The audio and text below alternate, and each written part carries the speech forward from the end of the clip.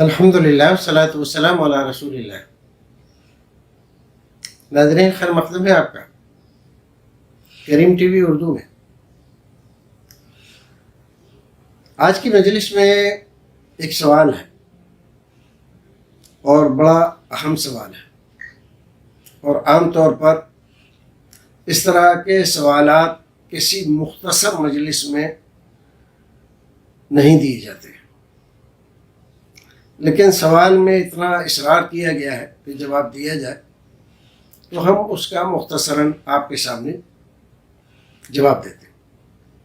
سوال یہ ہے کہ ہندوستان میں جو صورتحال ہے، کسی بڑے کاروبار کرنے کے لیے ہمیں کسی بینک سے لون لینا یا قرض لینا ضروری ہو گیا ہے۔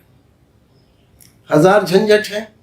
اگر آپ بغیر بینک سے قرض لیے ہوئے، لون لیے ہوئے کاروبار کرتے ہیں تو ہزار طرح سے آپ کو پریشان کیا جاتا ہے۔ ہم اور آپ سب سمجھ رہے ہیں جو صورتحال ہے، اس میں کوئی شک نہیں۔ بینک سے اگر آپ کاروبار کرتے ہیں تو ظاہر ہے کہ سود لازمی جز ہے اس کا، اور سود ہی کے لیے سارے بینک قائم کیے گئے ہیں، سودی لین دین کے لیے، سودی کاروبار کے لیے۔ لیکن سود کی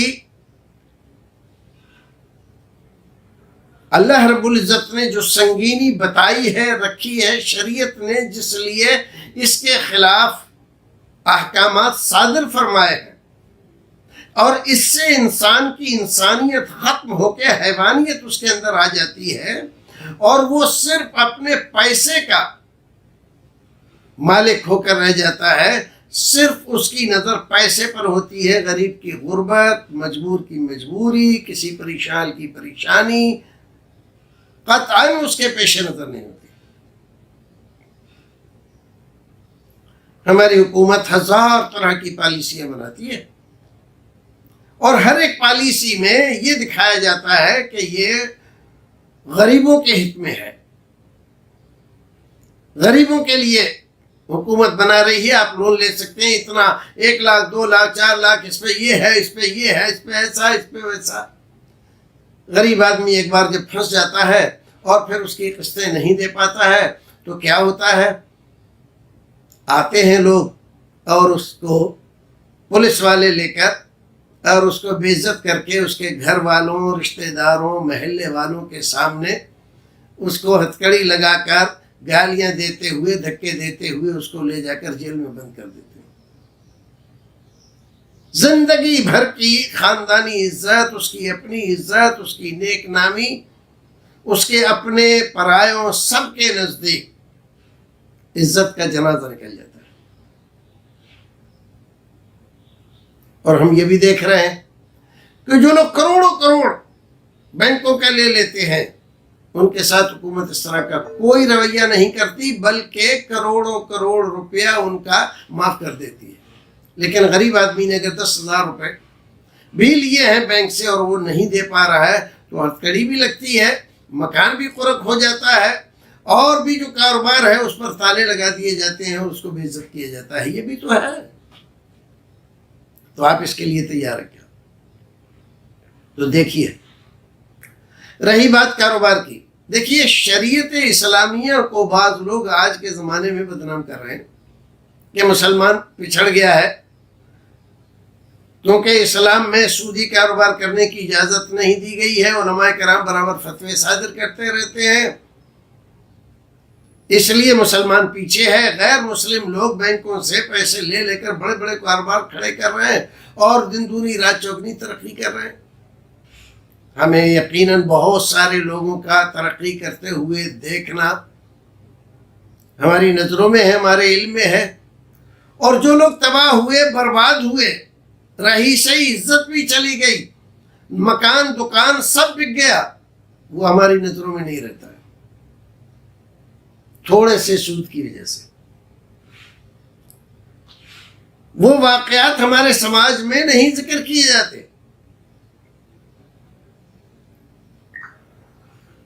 اور ذکر یہ کیا جاتا ہے کہ دیکھیے لوگ ترقی کر رہے ہیں، بینکوں سے لون لیے بغیر کیسے کاروبار کر سکتے ہیں؟ اسلام نے پابندی لگا رکھی ہے، لہٰذا مسلمان پیچھے۔ مسلمان اس لیے پیچھے نہیں ہے. مسلمانوں کے پیچھے رہ جانے کی بہت سی وجوہات ہیں. اسلام نے مسلمانوں کو ایک نظام دیا تھا، بیت المال کا نظام. بیت المال کا نظام غیر سودی بینکاری کے بہت قریب ہے. اگر آج بھی مسلمان اس نظام کو ڈیولپ کریں، قائم کریں، کھڑا کریں، تو ان کو سودی قرض لینے کی کوئی ضرورت نہیں، اور وہ غیر سودی قرض لے کر، پیسہ لے کر بڑے سے بڑا کاروبار کر سکتے ہیں. ملک میں کئی جگہ پر اس کے تجربے ہوئے ہیں اور لوگ کر رہے ہیں. لیکن جب ہم اپنی نااہلی سے، حماقت اور بے وقوفی سے، مذہب سے ناواقفیت اور شیطانی جالوں میں پھنسنے کی وجہ سے اپنے نظام کو تہوبالہ کر دیں اور پھر شکایت کریں اسلام کی، تو یہ مناسب نہیں ہے، زیادتی ہے، یہ ظلم ہے. چلیے یہ بات تو کسی بڑی مجلس کے لیے ہے. یہاں پر جو بات پوچھی گئی ہے، تو دیکھیے علماء کرام نے آج تک اس کے جواز کا فتویٰ نہیں دیا ہے کہ آپ بینک سے پیسہ لیں اور کاروبار کھڑا کریں. آج تک اتفاق نہیں ہوا اس مسئلے پر، اور ہوا اس لیے نہیں کہ قرآن میں، حدیث میں صاف صریح نصوص سود کی حرمت پر وارد ہوئے ہیں. آپ چھوٹا کاروبار کریں، نیک نیتی کے ساتھ کریں، ایمانداری کے ساتھ کریں، اخلاق کے ساتھ کریں، اطمینان، چین، سکون بھی آپ کو رہے گا، آپ کی عزت بھی بچی رہے گی، اور آپ کا جو وقار سماج میں ہے وہ بھی محفوظ رہے گا. اور اس کے خلاف جانے پر بہت سارے خدشے ہیں، ان سے بچنے کی کوشش کریں.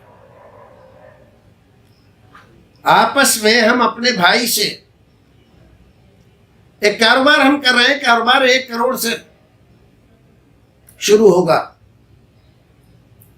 1 کروڑ کے لیے اگر ہم کچھ رشتہ داروں، کچھ لوگوں کو شریک کر لیں،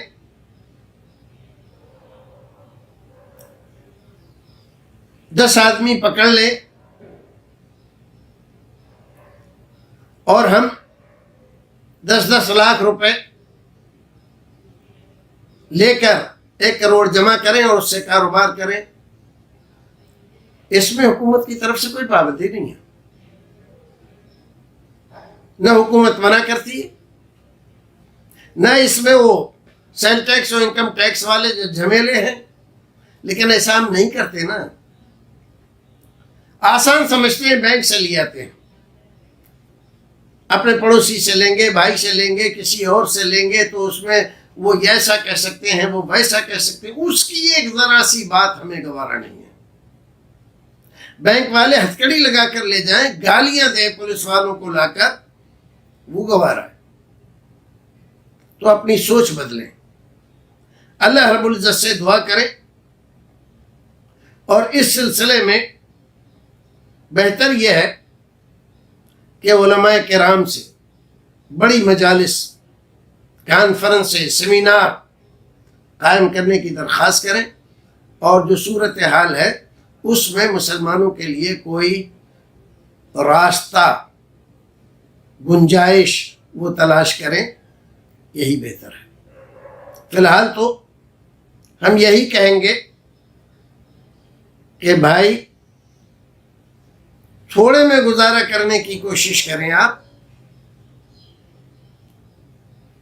تھوڑے سے آگے بڑھنے کی کوشش کریں.